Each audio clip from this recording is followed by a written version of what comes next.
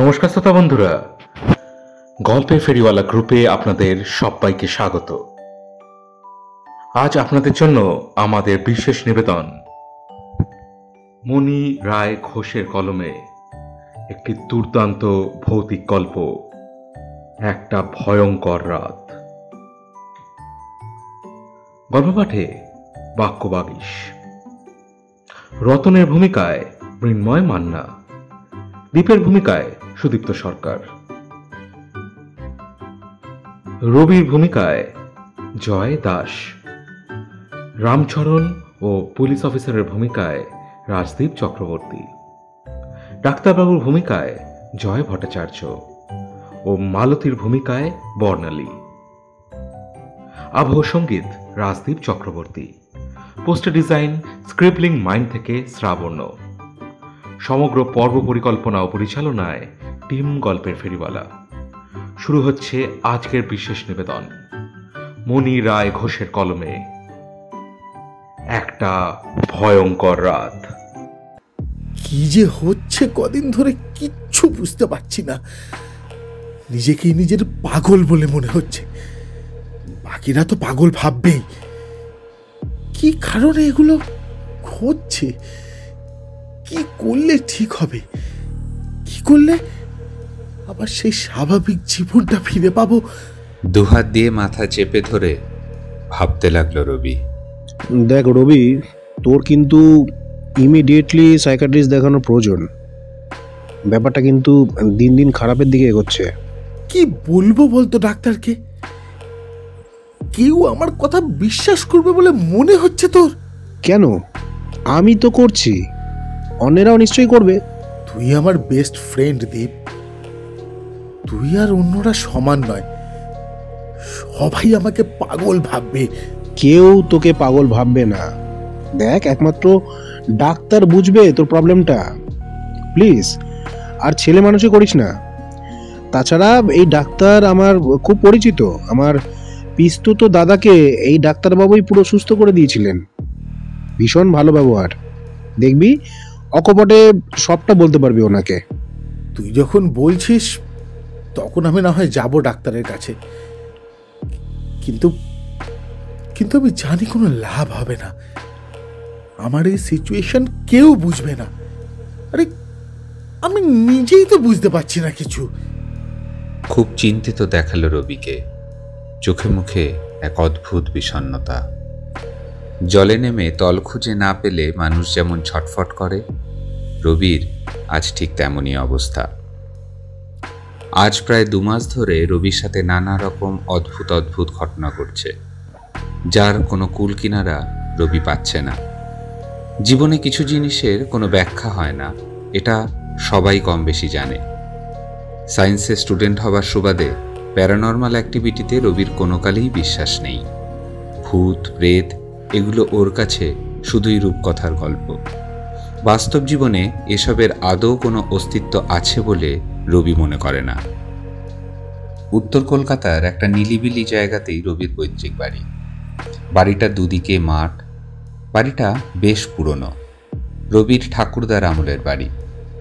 খুব বড় না হলেও ছড়িয়ে ছিটিয়ে থাকার যথেষ্ট জায়গা আছে বাড়িটিতে। বাড়িটার নিচের তলায় ভাড়াটিয়ারা থাকে, আর উপরেরটাতে রবি একাই থাকে।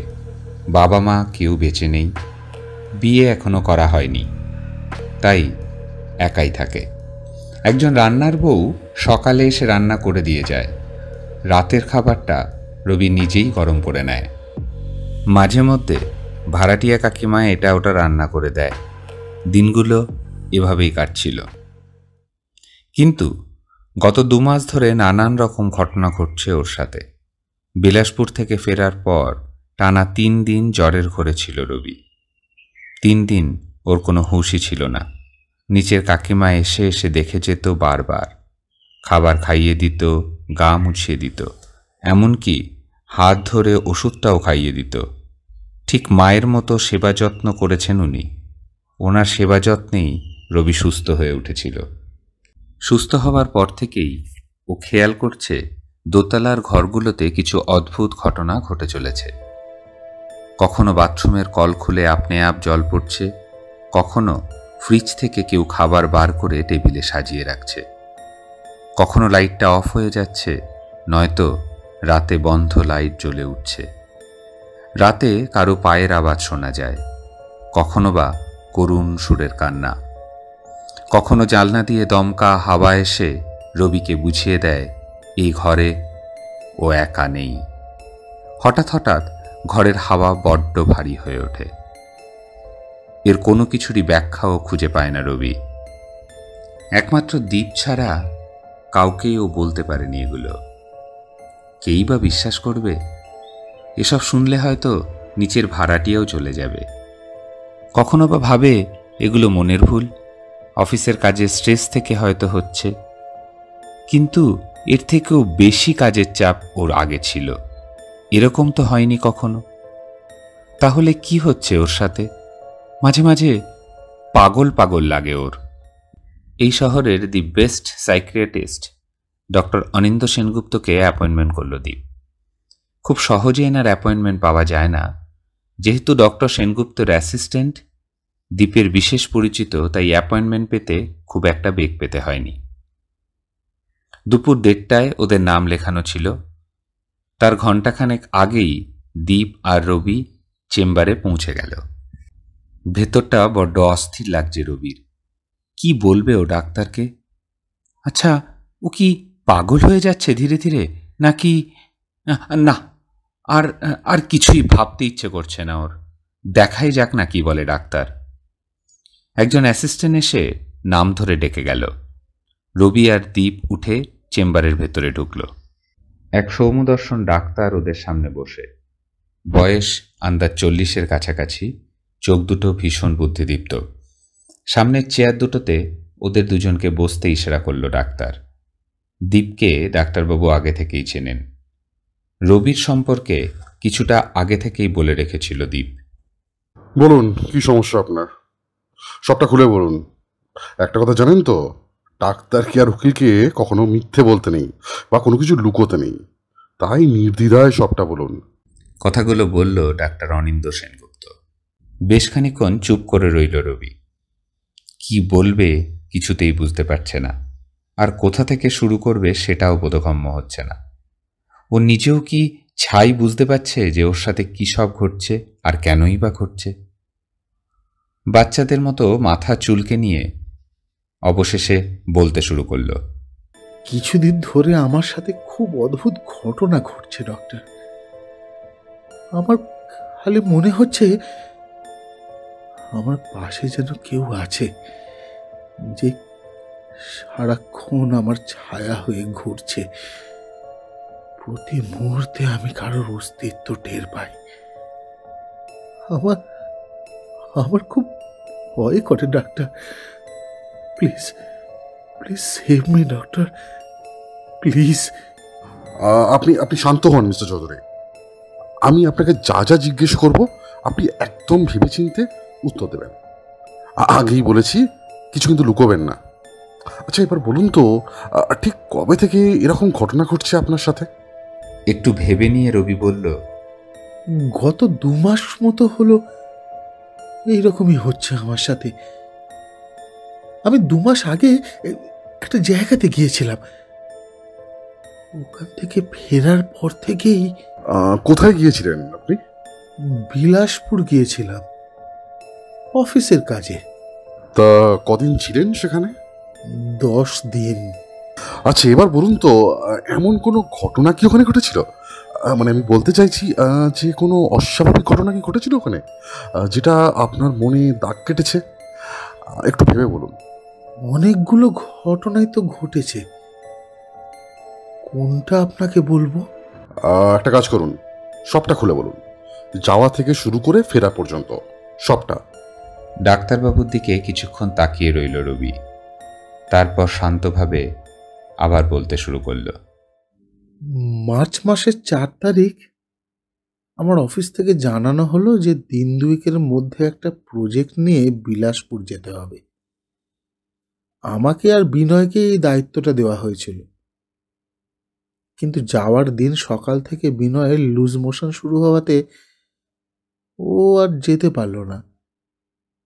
তাই বাধ্য হয়ে এক প্রকার আমাকে একাই রওনা হতে হলো। খুব সকাল সকাল বেরিয়ে পড়েছিলাম সেদিন। মনে একটা চাপা উত্তেজনা ছিল।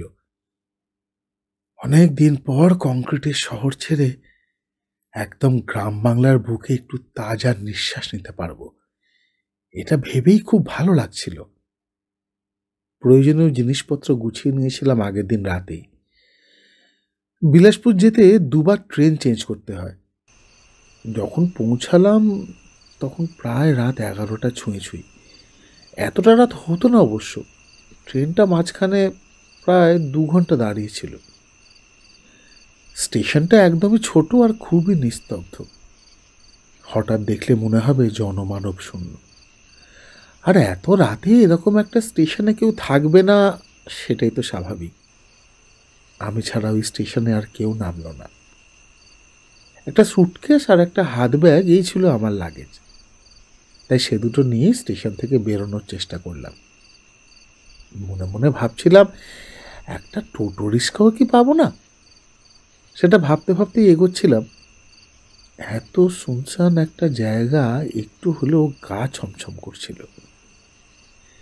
ট্রেন আমাকে স্টেশনে ছেড়ে বেরিয়ে গেল হু হু করে। আমি স্টেশনের এই প্রান্ত থেকে আস্তে আস্তে রাস্তাটার দিকে এগোতে লাগলাম। কিছুক্ষণ চলার পরেই আমার মনে হলো কেউ আমার পিছু নিয়েছে। তো পেছন তাকিয়ে দেখলাম কেউ নেই। আবারও চলতে শুরু করলাম। আবারও একই ঘটনা। এমনকি আমি পায়ের শব্দও পাচ্ছিলাম। কিছুতেই বুঝতে পারছিলাম না যে কে আমার পিছু নিয়েছে। একটা সময় মনে হলো কেউ হয়তো বদমাইশি করছে, হয়তো চুরির উদ্দেশ্য নিয়ে পিছু নিয়েছে। হাত ব্যাগটা আরো শক্ত করে বুকের কাছে চেপে রাখলাম। আরো জোরে পা চালিয়ে রাস্তায় উঠলাম। ঠিক যা ভেবেছিলাম তাই হলো। একটা রিক্সারও খোঁজ নেই। এরকম গ্রামে হয়তো ট্যাক্সি বা বাস থাকবে না, কিন্তু নিদেন পক্ষে একটা রিক্সা বা ভ্যান তো আশা করাই যায়। দূর দূরান্ত পর্যন্ত রাস্তাটা অন্ধকার। একটা পুরনো বাংলো বাড়িতে আমার থাকার ব্যবস্থা করা আছে। ইস, আগে জানলে অফিসে বলে বাংলো বাড়ি থেকে কাউকে আসতে বলা যেত, কিন্তু এত দেরি হবে সেটা তো বুঝতে পারিনি। বাংলোটা নিশ্চয়ই এখান থেকে অনেকটাই দূর। কি করে যাব সেটাই ভাবছিলাম। ঠিক তখনই একটা 8-10 বছরের ছেলে এসে পাশে দাঁড়ালো। অন্ধকারের ছেলেটাকে খুব ভালো করে দেখতে পাচ্ছিলাম না, তবে বয়সটা ওরকমই হবে। কি বাবু, সেনদের বাড়ি যাবেন তো? জিজ্ঞাসা করলো ছেলেটা। হ্যাঁ, ওই বাড়িটাকে সেনদের বাগান বাড়ি তো বলে। এইরকমই একটা নাম বলেছিল আমাদের এমডি স্যার। হ্যাঁ, কিন্তু তুমি কি করে জানলে? ছেলেটাকে জিজ্ঞাসা করলাম। কি যে বলেন বাবু, এইটুকু তো গ্রাম, এখানে নতুন কেউ এলে আমরা জানতে পারবো না? 2 দিন ধরে তো সবাই বলা বলি করছিল যে সেনদের বাগান বাড়িতে 2জন বাবু আসবেন শহর থেকে। তা আর একজন বাবু কোথায়? আর কাউকে তো দেখতে পাচ্ছি না। বলেই ছেলেটা আমার আশেপাশে কাউকে একটা খুঁজতে লাগলো। উনি আসেননি, আমি একাই এসেছি। তা তোমাদের এখানটা এত শুনশান কেন? লোকজন একদমই নেই দেখছি। আর তুমি বা এত রাতে এখানে কি করছো? আমি তো সাইকেল নিয়ে রাতে এখানে আসি মাঝে মাঝে। আপনার মতো এত রাত করে কেউ এলে তাকে পৌঁছে দিই। আজ আপনার আসার কথা শুনে চলে এলাম। আমি না এলে আপনি যেতেন কি করে বাবু? কথাটা তো সত্যি। ও না এলে এত রাতে চিনে যেতাম কি করে? বাবু, উঠে বসুন। হ্যাঁ, বসছি। এই তুমি আমাকে নিয়ে চালাতে পারবে তো? কি যে বলেন বাবু, এইটুকু তো আমার কাজ। এই করে 2 পয়সা পাই বাবু। সাইকেলটাতে উঠে বসলাম। ছেলেটাকে দেখে বড্ড মায়া হলো। এইটুকু বয়সে 2 টাকার জন্য এত খাটুনি। 2 টাকা না হয় ওকে বেশিই দেবো বরং। সত্যি, ছেলেটা না এলে যে কি হতো ভাবতেই গা শিউরে উঠল আমার। এই, তোমার মা বাবা কিছু বলে না তোমাকে? ওনারা এত রাতে তোমাকে আসতে দেয়? প্রশ্ন করলাম ছেলেটাকে। আমার তো মা নেই বাবু। 2 বছর আগে ডায়রিয়া হয়ে মা মরে গেল। তারপরে বাবা আবার বিয়ে করলো। সৎ মা কি আর সৎ ছেলের কথা ভাবে বাবু? মনটা আরো খারাপ হয়ে গেল। আহারে, এই বয়সে কত কষ্ট ছেলেটার।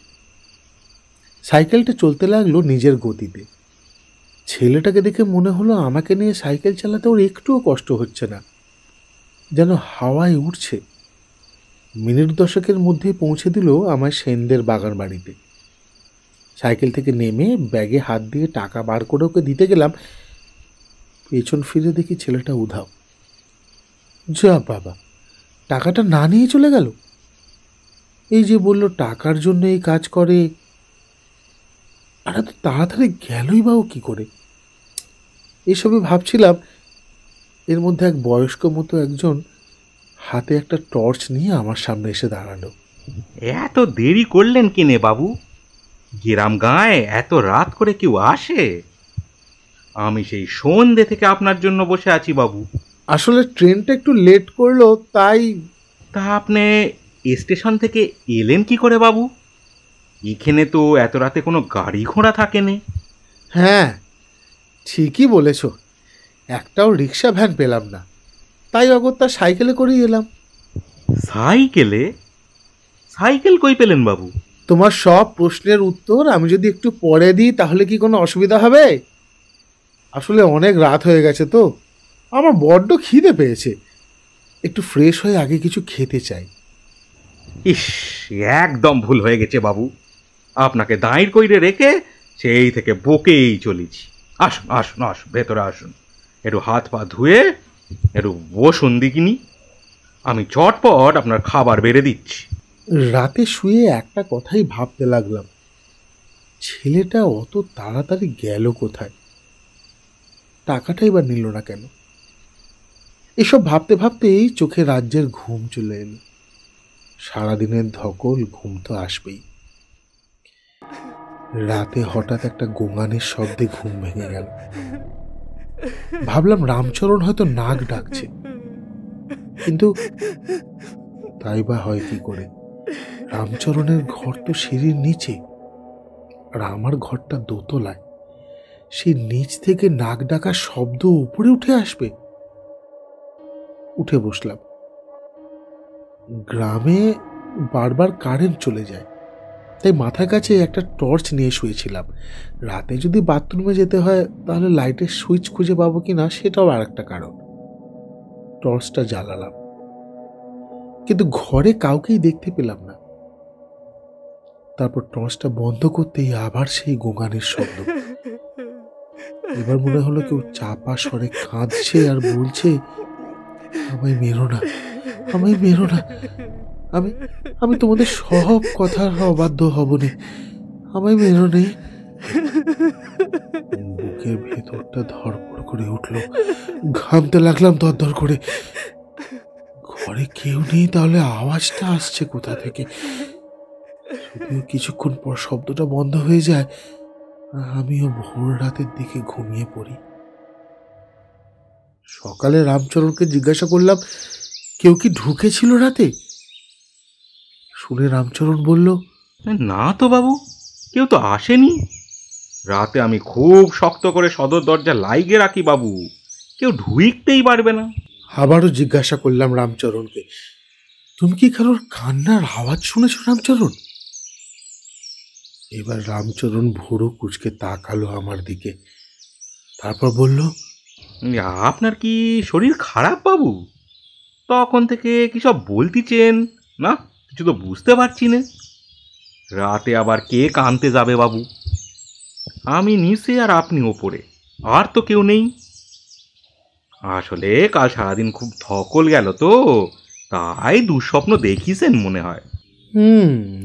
হবে হয়তো। আমি আর বেশি কথা বাড়াইনি। এরপর হয়তো আমাকে পাগল বলে ভাববে লোকটা। একটা 2 বিঘা জমির উপর আমাদের প্রজেক্টটা তৈরি হবে। এতে গ্রামটার অনেক উন্নতি হবে, কত লোক কাজ পাবে। গ্রামের যা অবস্থা, লোকজন তো দেখি দিন আনে দিন খায়। চাষবাস করে আর কতটুকুই বা রোজগার হয়।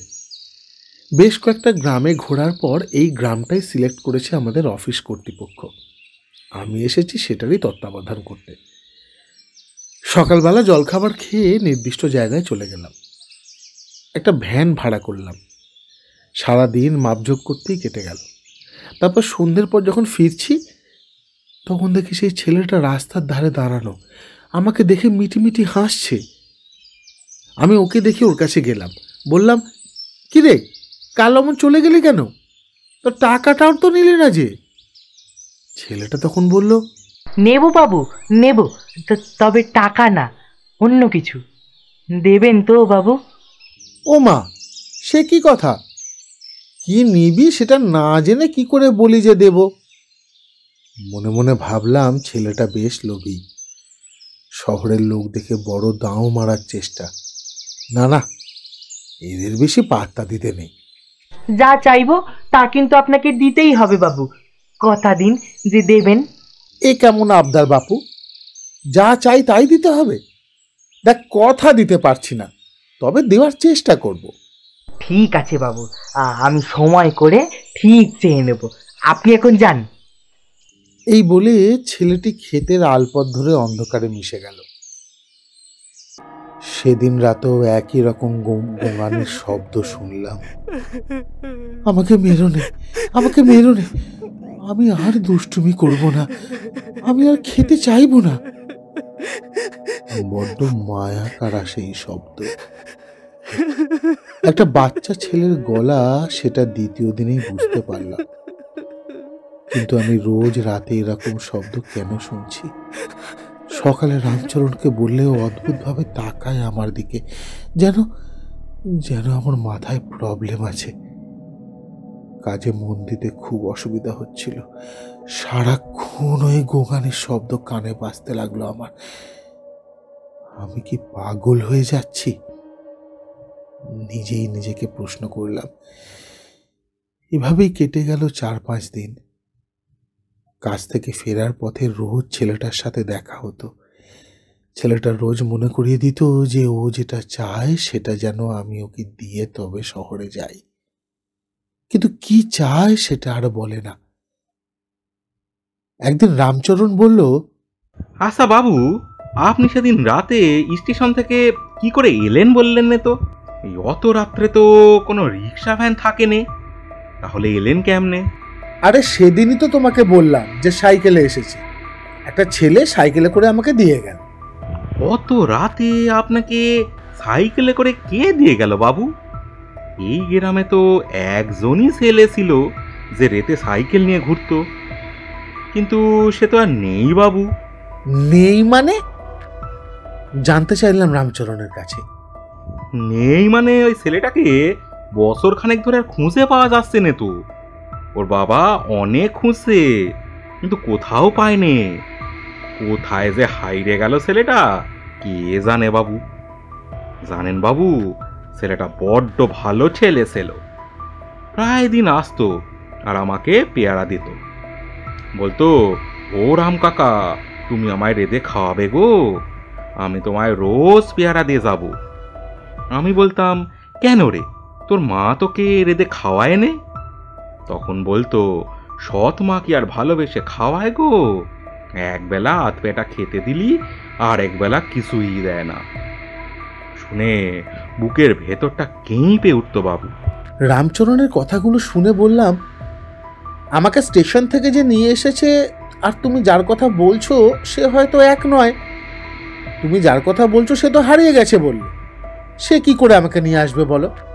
আর যদি সেই হয় তবে কি আর তোমরা গায়ের লোকে জানতে পারতে না যে ছেলেটাকে খুঁজে পাওয়া গেছে? তুমি একে চেনো না হয়তো রামচরণ, যদিও এও বলছিল এরও নাকি বাড়িতে সৎ মা আছে। কথাটা বলার পর আমার নিজের কানেই যেন বাজতে লাগলো কথাটা। তাহলে কি এই ছেলেটাই সেই ছেলেটা? তাহলে রামচরণ তো নিশ্চয়ই জানতো যে ছেলেটিকে খুঁজে পাওয়া গেছে। দুজনেরই সৎ মা। What a coincidence. রামচরণকে আর বেশি ঘাঁটালাম না। সেদিন রাতেও ঘুম এলো না। ভাবতে লাগলাম ছেলেটার কথা। এখানে আসার পর থেকে ছেলেটা যেন আমায় আষ্টে পৃষ্ঠে জড়িয়ে রেখেছে। আচ্ছা, মধ্যরাতে যার গোঙানি শুনতে পাই সে কি, আর আমি বা কেন শুনতে পাই? উফ, কি যে হচ্ছে আমার সাথে কিছুই বুঝতে পারছি না। এসবের জন্য মন দিয়ে কাজটাও করতে পারছি না। এদিকে হাতে আর 2 দিন মাত্র বাকি। কলকাতায় গিয়ে সব রিপোর্ট ঠিকঠাক দিতে হবে অফিসে। এভাবে কাজ করলে কাজ শেষ করব কি করে? ভাবতে ভাবতে ঘুমিয়ে পড়লাম। কিন্তু সেই একই সময় গোঙানির আওয়াজে ঘুম ভেঙে গেল।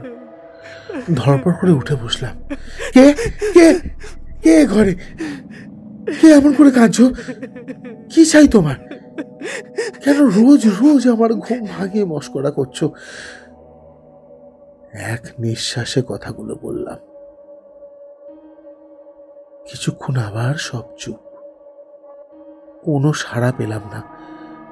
আমি বারবার জিজ্ঞাসা করতে লাগলাম, কে তুমি, কে তুমি? কিন্তু কোনো সাড়া নেই।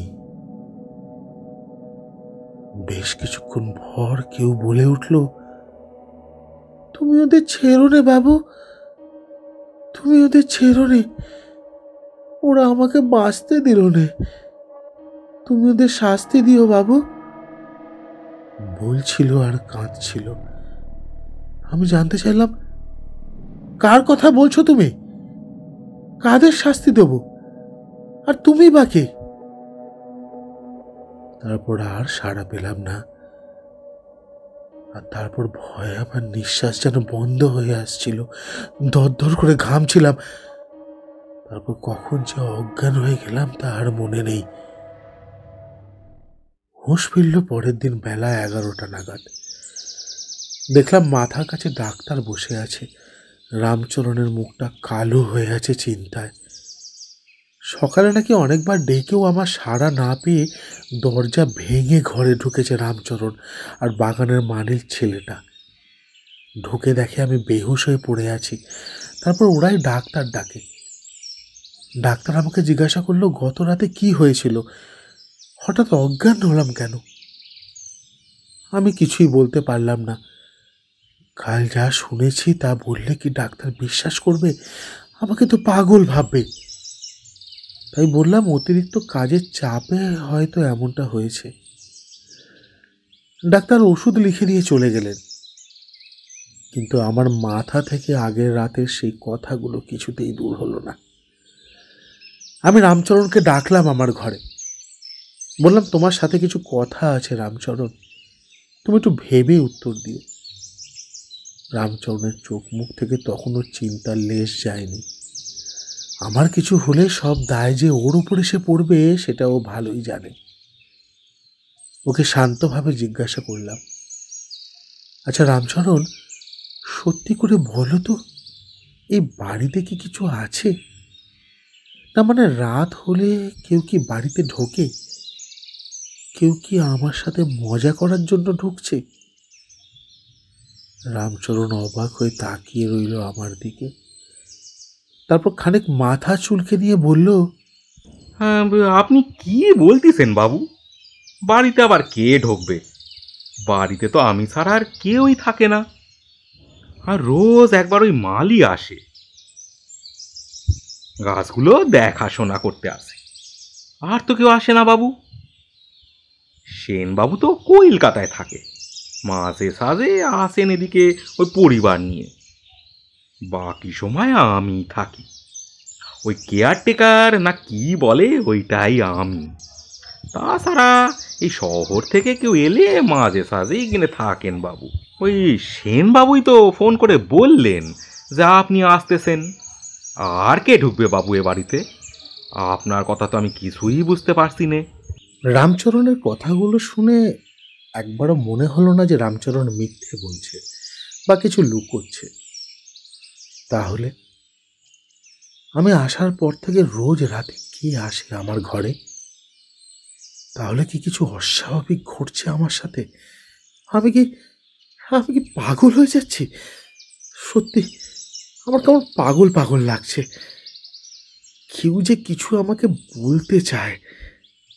আমি রামচরণকে বললাম, একবার আমাকে ওই ছেলেটার বাড়িতে নিয়ে যাবে রামচরণ? রামচরণ বলল, কোন ছেলেটা বাবু? আরে যে ছেলেটা হারিয়ে গেছে বললে, সেই ছেলেটা। সে আপনি যেতেই পারেন বাবু, কিন্তু হঠাৎ ওই ছেলেটার বাড়ি কেন যেতে চাইছেন? আমি রামচরণকে ধমক দিয়ে বললাম, বেশি প্রশ্ন করো না তো, নিয়ে যেতে পারবে কিনা বলো। হ্যাঁ বাবু, পারবো নি কেন?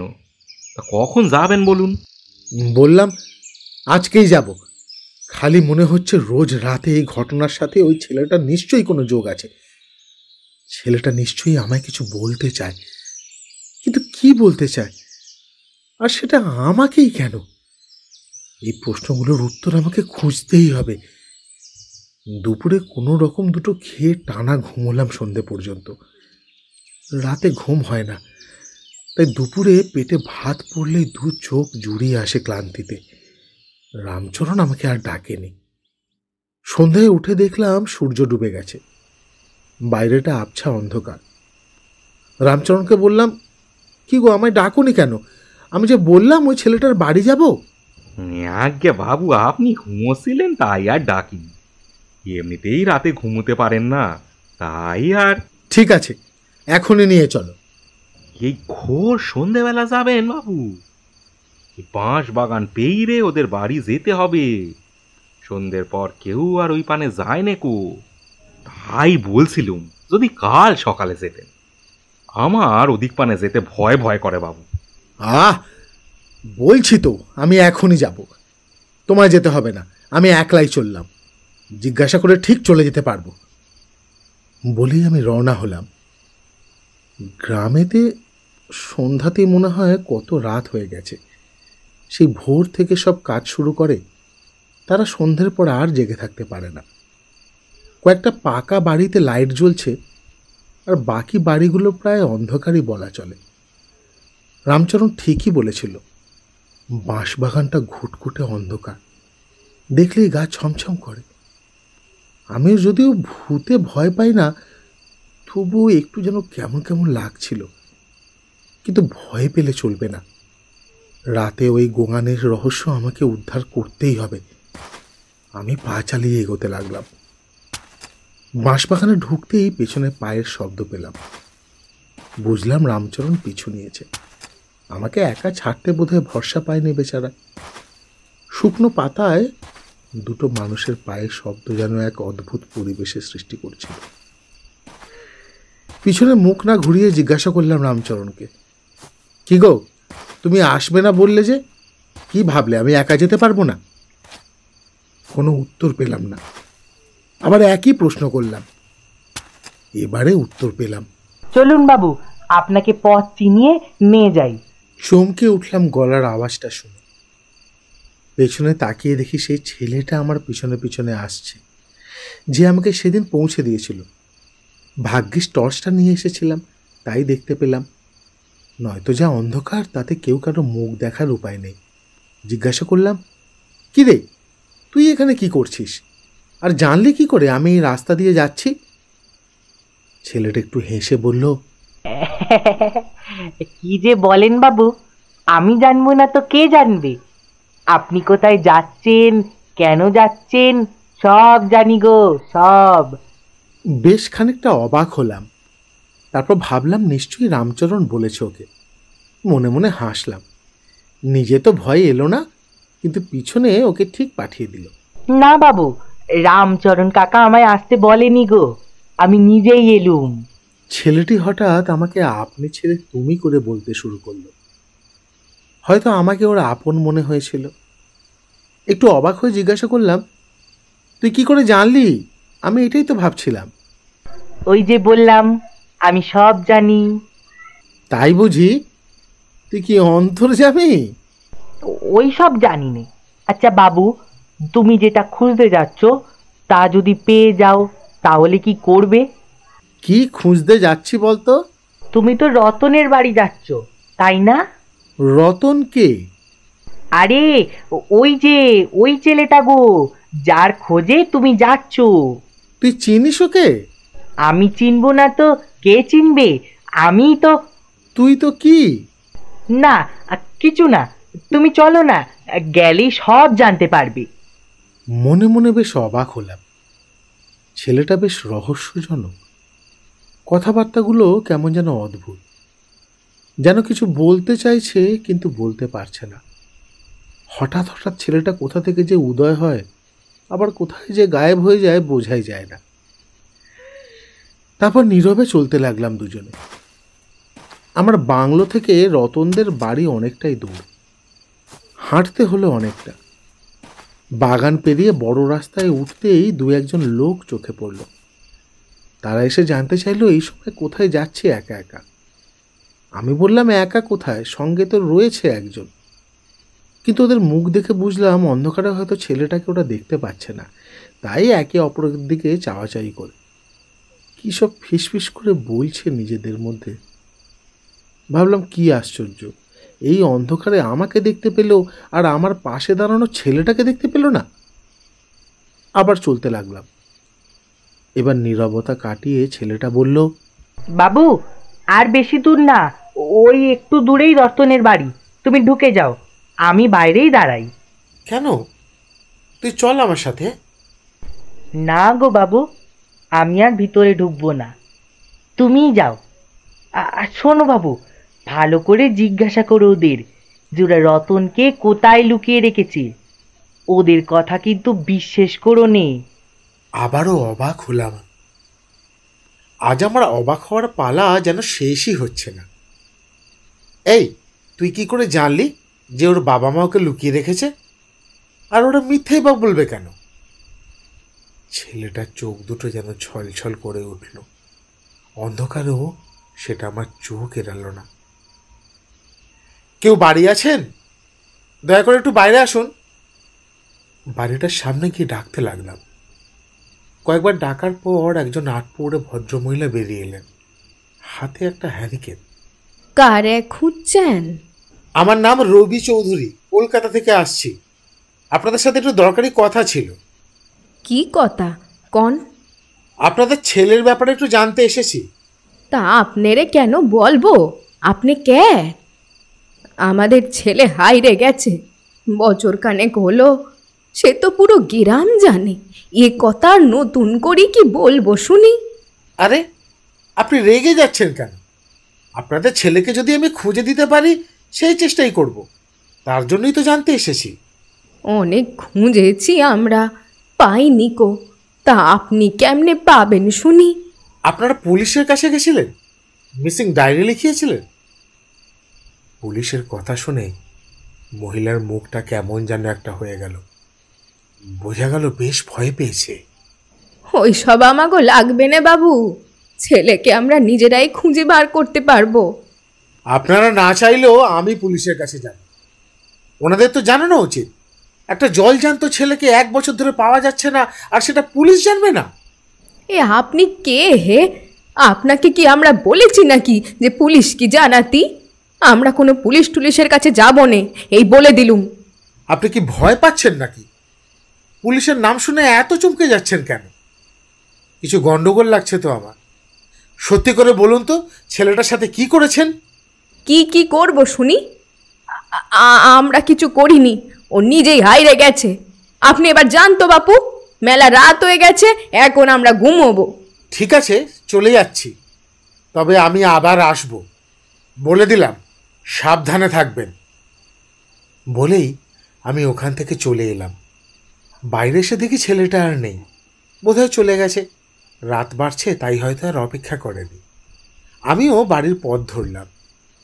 কিছু দূর যেতেই আবার সেই পায়ের আওয়াজ। পিছনে তাকিয়ে দেখি ছেলেটা আমার পিছনে আসছে। কিরে, কোথায় চলে গেছিলিস? বেরিয়ে তো তোকে দেখতে পেলাম না। কোথাও যায়নি গো বাবু, আশেপাশেই ছিলুম। তুমি কিছু জানতে পারলে? রতনের বাবা মা কি বললো? না রে, তেমন কিছু বলেনি। বললো হারিয়ে গেছে, ওরা নাকি নিজেরাই খুঁজে বার করবে, পুলিশের কাছে যেতে চাইছে না। বুঝতে পারছি না পুলিশকে এত কেন ভয় পাচ্ছে। ভয় তো পাবেই বাবু, ভয় তো পাবেই। ওরা যে ভয় পাওয়ারই মতন কাজ করিছে, ওরা যে পাপী। অন্ধকারের মধ্যে বুঝতে পারলাম ছেলেটা যেন রাগে ফুঁসছে। এই তোরা তো রাগ কেন রে ওদের উপরে? ওরা তোর কি কোনো ক্ষতি করেছে? এই আচ্ছা, তোর নামটা কি বলতো? তোর নামটাই তো জানা হলো না। আমার নাম রতন। নামটা শুনে আঁতকে উঠলাম। ছেলেটা কি বললো? ওর নাম রতন? আর যে ছেলেটা হারিয়ে গেছে তার নামও তো রতন। তাহলে এরা কি দুজনে এক, নাকি দুজনের নামটাই এক?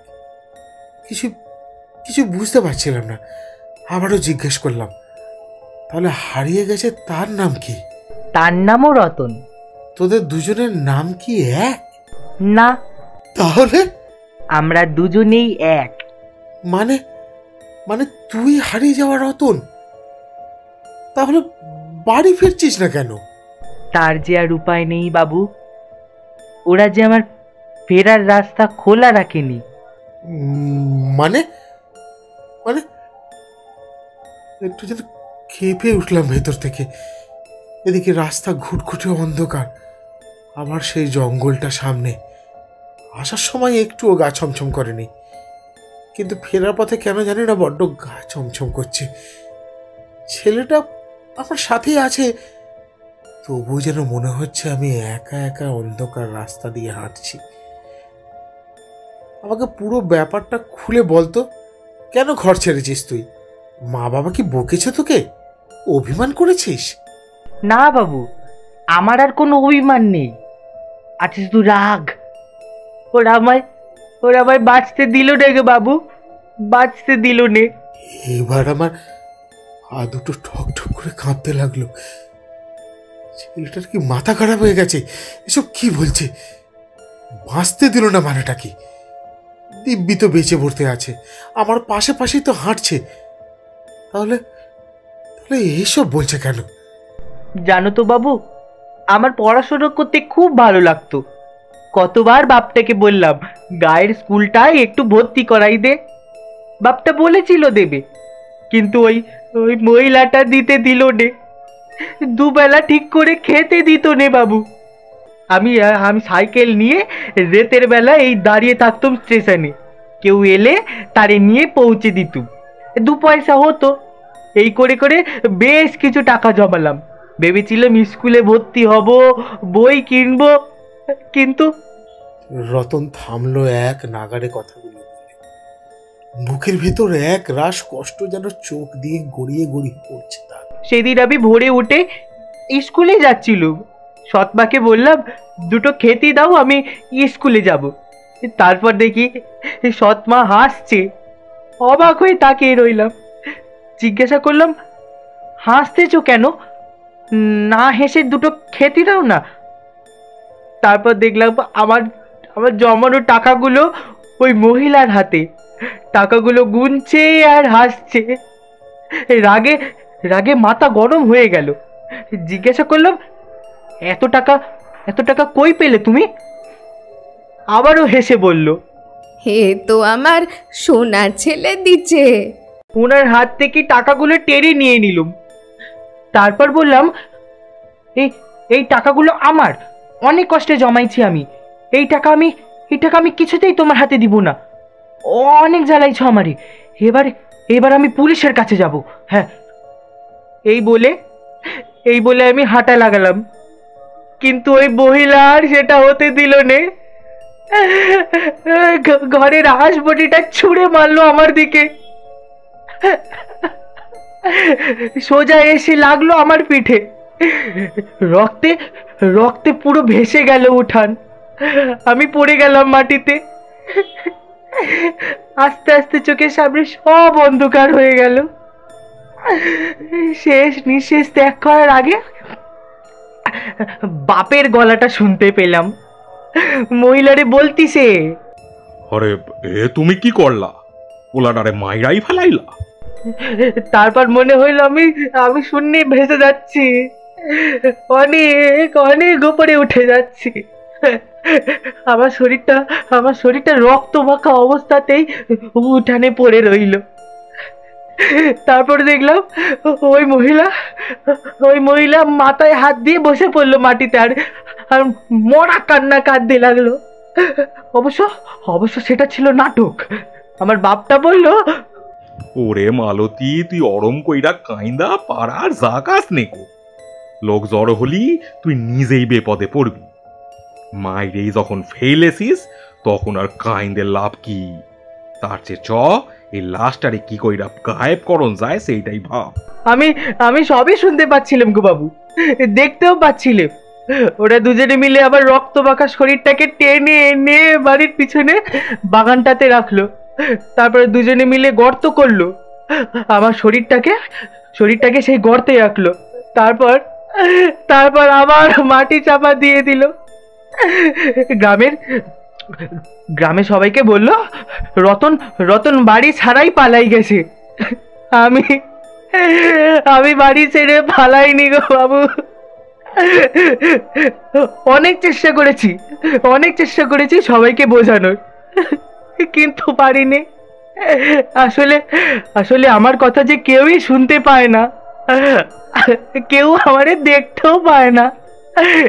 1 বছর ধরে অপেক্ষা করছি, কেউ যদি এই শহর থেকে আসে তাহলে সব বলবো। এই 1 বছর ধরে কেউ আসেনি, এমন যারে সব বলতে পারি। তুমি আসার পর আমি তোমারে সব বলার জন্য অপেক্ষা করতেছিলাম। এই 1 বছর ধরে আমি যে আত্মা হয়ে ঘুরে বেড়াচ্ছি। ভালো আত্মারা কিছু সুযোগ সুবিধা পায়, সময় পেলে নিজের কথা অন্যদের শোনাতে পারে, নিজেরে দেখাতে পারে।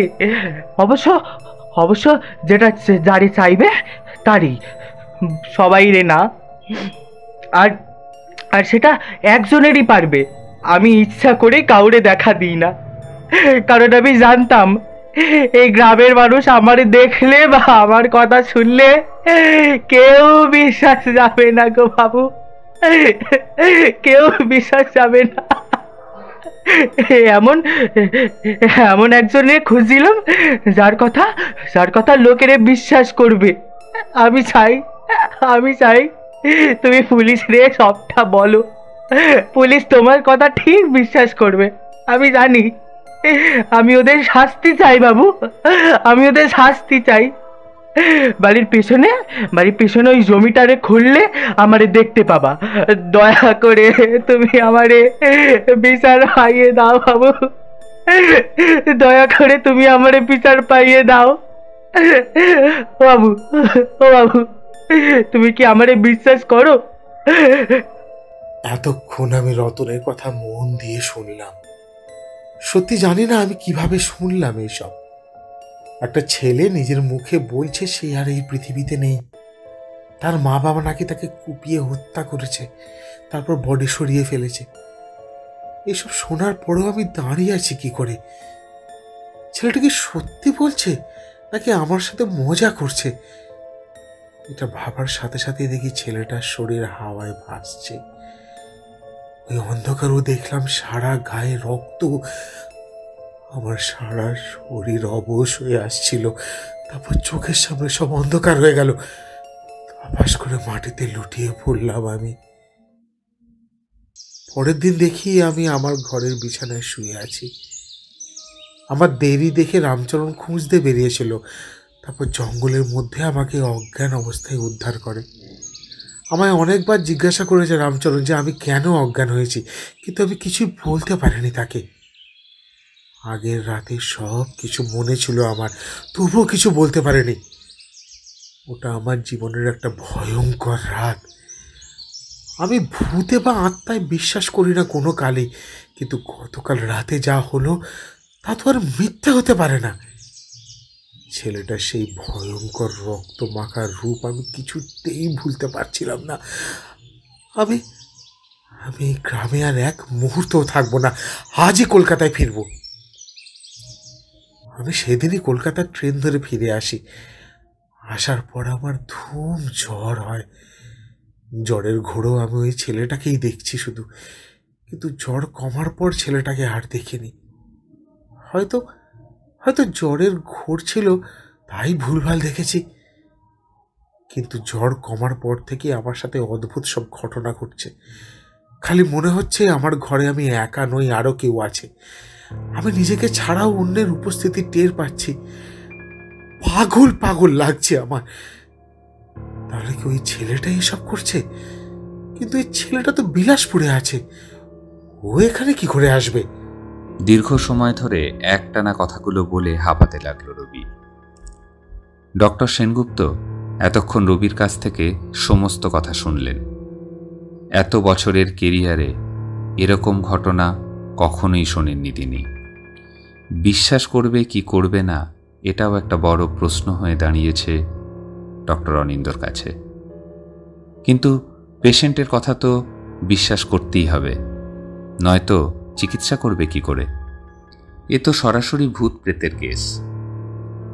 এই সবটাই মিস্টার চৌধুরীর মনের ভ্রম না তো?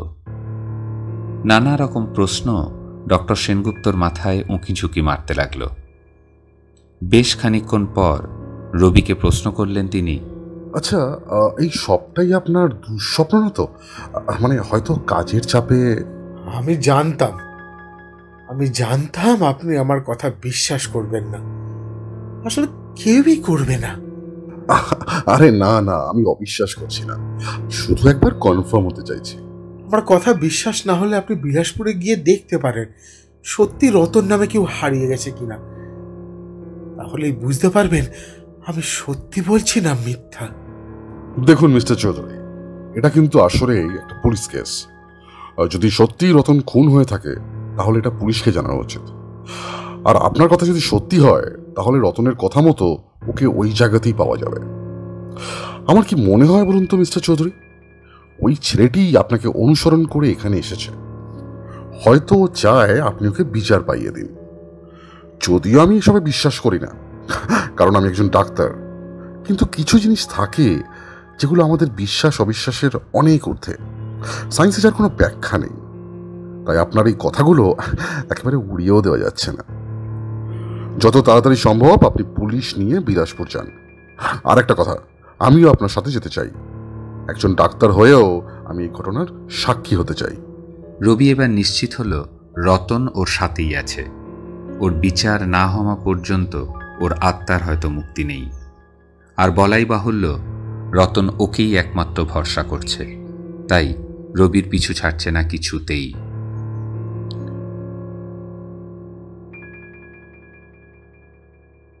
রবি আর দীপ ঠিক করল আজকালের মধ্যেই ওরা বিলাসপুর যাবে। ডক্টর অনিন্দ সেনগুপ্তও যাবেন ওদের সাথে। সেই মতো ওরা আগে থেকেই বিলাসপুর থানায় যোগাযোগ করে রেখেছিল। সেদিন ডাক্তারের কাছ থেকে রবি যখন নিজের বাড়িতে ফিরল, তখনও রতনকে জিজ্ঞাসা করল ও কি চায়। বিলাসপুর থেকে ফেরার পর রতন এ বাড়িতেই ছিল রবির সাথে, কিন্তু একটা কথাও বলেনি রবির সাথে। হয়তো অভিমান হয়েছিল রবির উপর, কারণ রবি সবটা জেনেও কলকাতা চলে এসেছে। রতন রবিকে বিশ্বাস করে ভরসা করে সবটা বলেছিল, তবুও রবি ভয়ে পালিয়ে এসেছিল। তাই রতন ওর পিছু নিলেও একবারও কথা বলেনি রবির সাথে। তাই রবি বুঝতেই পারেনি যে ওর বাড়িতে রতন রয়েছে ওর সাথে, বিভিন্ন রকম কাণ্ড কারখানা করছে, তবুও কথা বলেনি। রীতিমতো রবিকে ভয় দেখিয়েছে রোজ, সবটাই রাগে করেছে। ভূত বলে কি রাগ থাকতে নেই? রবি বাড়ি ফিরে নিজেই কথা বলেছে রতনের সাথে, বলেছে আজকালের মধ্যেই বিলাসপুর যাচ্ছে। এরপর অফিসে দুদিনের ছুটি নিয়ে রবি, দীপ আর ডক্টর অনিন্দ সেনগুপ্ত রওনা হলেন বিলাসপুরের উদ্দেশ্যে। সেদিন ওদের পৌঁছতে রাত হয়ে গিয়েছিল, তাই ওরা আর থানায় যায়নি। ওরা সেনদের বাগান বাড়িতেই রাত কাটালো। হঠাৎ রবিকে দেখে রামচরণ বেশ অবাক হলো। কদিন আগেই হন্তদন্ত হয়ে চলে গেল, আবার এলো। বাবু আবার এসেন, কোনো অসুবিধা হলো নাকি? না না রামচরণ, কোনো অসুবিধা হয়নি। আমরা একটা খুব জরুরি কাজে এসেছি, কাল কাজটা করেই চলে যাব। তুমিও কাল জানতে পারবে কেন এসেছি, তবে এখনই কাউকে বলো না যে আমরা এসেছি। রামচরণ ঠিক কি বুঝল আর কতটা বুঝল তা ঠিক বোঝা গেল না। রবির যথারীতি সারা রাত ঘুম হয়নি। কাল কি হবে সে চিন্তাতেই রাত থেকে ভোর হয়ে গেল। পরের দিন সকাল সকাল চা আর বিস্কুট খেয়েই ওরা রওনা দিল থানার উদ্দেশ্যে। জীবনে এই প্রথম মানুষের পরিবর্তে একটা আত্মার জন্য পুলিশের কাছে কেউ যাচ্ছে হয়তো। ব্যাপারটা অস্বাভাবিক হলেও এটা রবিকে করতেই হবে। দায়িত্ব যে রতনই তাকে দিয়েছে। পুলিশকে সবটা খুলে বলল রবি। গ্রামটা যেহেতু খুব ছোট, তাই একটা ছেলে একেবারে নিখোঁজ গ্রাম থেকে সেটা পুলিশের কানেও এসেছে, কিন্তু রিপোর্ট কেউ লেখায়নি, তাই তারা গা করেনি। কিন্তু রবির কাছে সবটা শুনে পুলিশের চোখও চানা বড়া। কিছুটা বিশ্বাস আর কিছুটা অবিশ্বাস নিয়েই সবটা শুনল রবির থেকে। একটা ভূতের কথা শুনে কি কাউকে দোষী সাব্যস্ত করা যায়? পুলিশের কেরিয়ারেও এরকম কেস বোধহয় প্রথম। কিছুক্ষণ পর পুলিশ ওদের সাথে রতনদের বাড়ি যাওয়ার সিদ্ধান্ত নিল। রবি দেখল রতনও ওদের পিছু নিয়েছে, যদিও একটাও কথা বলেনি রবির সাথে। মিনিট 30 পর রতনদের বাড়ি পৌঁছল পুলিশ। পুলিশ দেখে রতনের মায়ের হৃৎপিণ্ড বাইরে বেরিয়ে আসার জোগাড়। আপনারা এখানে কি করতেছেন? জিজ্ঞেস করল রতনের সৎ মা মালতী। চোখে মুখে ভয়ের ছাপ স্পষ্ট। আপনার ছেলে রতন কোথায়? পুলিশ জানতে চাইল।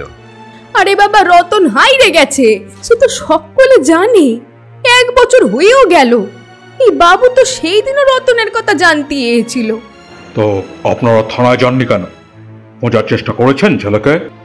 ইয়ে মানে ভাবছিলাম নিজেই চলে আসবে, তাই আর।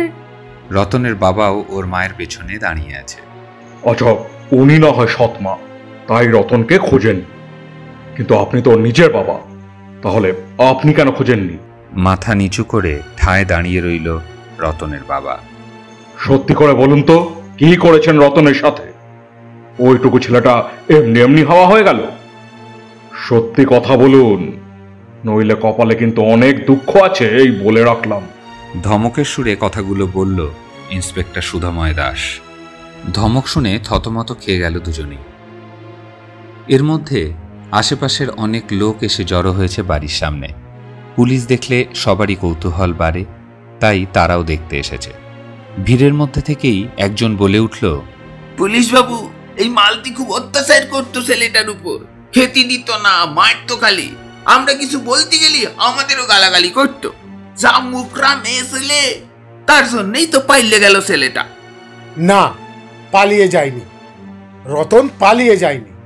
রতনকে ওর মা বটি দিয়ে কুপিয়ে মেরেছে। রবি কথাটা বলা মাত্র পুরো জায়গাটাতে এক মুহূর্তের জন্য সব যেন নিস্তব্ধ হয়ে গেল। সবার মুখ হা হয়ে গেল কথাটা শুনে। মালতী থরথর করে কাঁপতে লাগলো। রতনের বাবারও একই অবস্থা।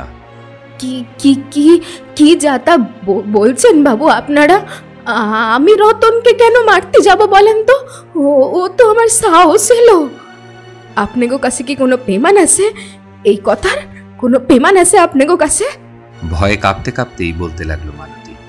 কথাটা যদি মিথ্যা হয় তবে আপনি ভাবে ভয়ে কাঁপছেন কেন মালতী দেবী? দেখেন, আমরা গ্রামের লোক, পুলিশ টুলিশ দেখলে আমরা ভয় পাই। আমি ওই জন্যই কাঁপতেছি। ইতিমধ্যেই গ্রামের লোকেদের মধ্যে একটা গুঞ্জন শুরু হয়ে গেল। এক নিমিষেই জায়গাটা অশান্ত হয়ে উঠল। আসলে রতন ছেলেটা সবার খুব প্রিয় ছিল। ওইটুকু ছেলে কারুর বিপদ দেখলেই এগিয়ে আসত।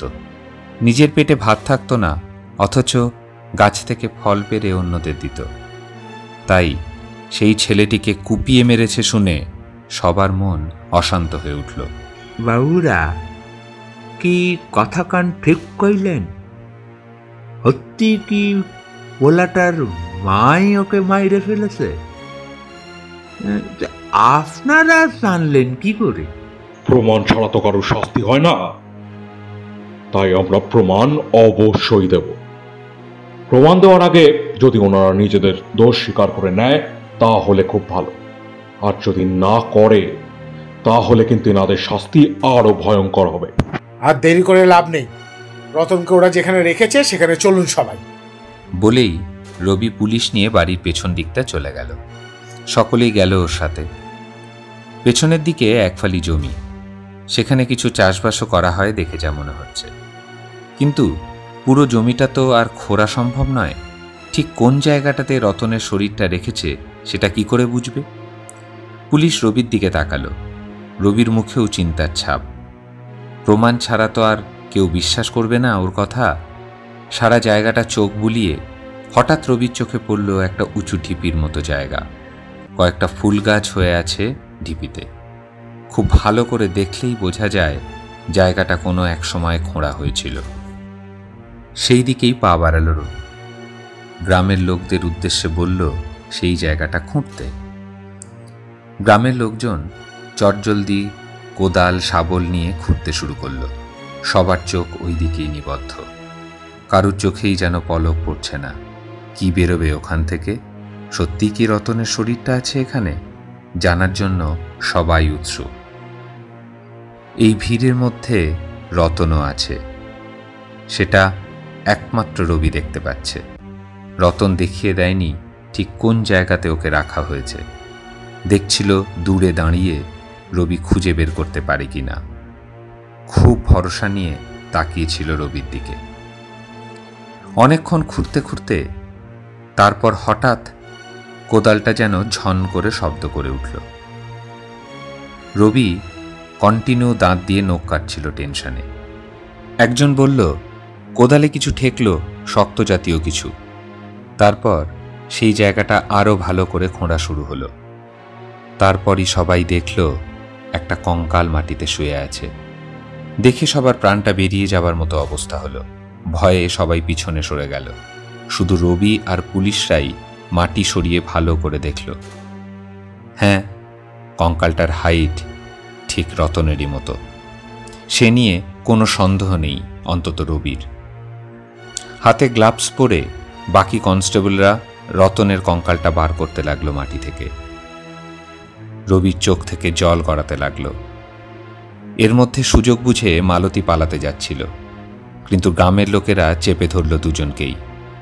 কান্নায় ভেঙে পড়ল রতনের বাবা। মালতী মাইরে ফেলছে আমার সানাটারে, আমি কিছুই করি নাই। চুপ করুন, একদম মরা কান্না কাঁদবেন না। আপনি কোনোদিন প্রতিবাদ করেছেন ছেলের জন্য? কখনো আপনার দ্বিতীয় স্ত্রীকে শাসন করেছেন? এত অত্যাচার করতে ছেলেটাকে কখনো বাবা হয়ে ছেলেটাকে আগলেছেন? উল্টে নিজের স্ত্রীকে বাঁচানোর জন্য ছেলের মৃত্যুটাকেও মেনে নিলেন। পুলিশের কাছে না গিয়ে স্ত্রীর সাথে মিলে ছেলেটাকে মাটির নিচে কবর দিয়ে দিলেন। লজ্জা করে না আপনার? আপনি বাবা নামের কলঙ্ক। আপনাদের কোনো ক্ষমা নেই। কঠিন থেকে কঠিনতর শাস্তি হবে আপনার। কথাগুলো বলে হাঁপাতে লাগলো রবি। ভেতর ভেতর বড্ড কষ্ট হচ্ছে রবির। ওইটুকু একটা ছেলের এই পরিণতি কিছুতেই মেনে নিতে পারছিল না। ইন্সপেক্টর সুদময় দাস হাতে হাত করা পরিয়ে টানতে টানতে নিয়ে গেলেন দুজনকে। যাওয়ার আগে রবিকে ধন্যবাদ জানালেন। আপনার জন্যই আজ ছেলেটা বিচার পেল রবিবাবু। ছেলেটা আপনাকেই ভরসা করেছে একদম শেষ পর্যন্ত।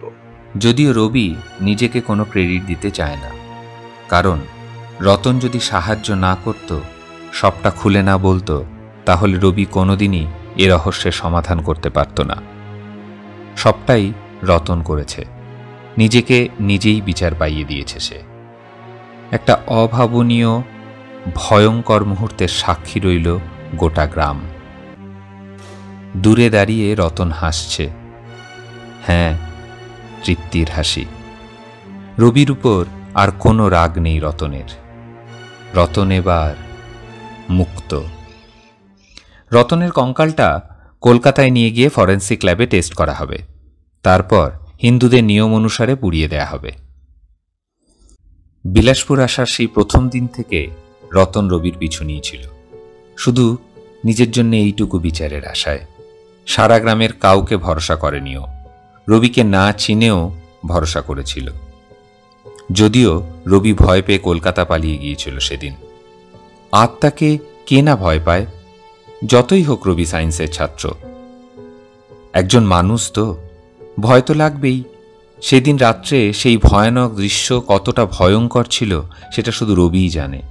ওই শুনশান জঙ্গলের ভূতের সাথে পথ চলা কি চারটিখানি কথা। তাই কলকাতা চলে গিয়েছিল রবি। কিন্তু রতন ওর পিছু ছাড়েনি। রতনকে মুক্তি দিতে পেরে রবিও আজ ভীষণ তৃপ্ত। এবার পুলিশ তাদের কাজ করবে। রামচরণের বড্ড মন খারাপ। ছেলেটাকে খুব ভালোবাসত রামচরণ। ভেবেছিল কোনো একদিন ঠিক ফিরে আসবে গ্রামে, কিন্তু শেষ পর্যন্ত এটা হবে কেউ স্বপ্নেও ভাবেনি। রবি, দীপ আর ডক্টর সেনগুপ্ত ফিরে গেল কলকাতায়। না, রতন আর পিছু নেয়নি রবির, কারণ রতন যে মুক্তি পেয়ে গেছে 1 বছর পর।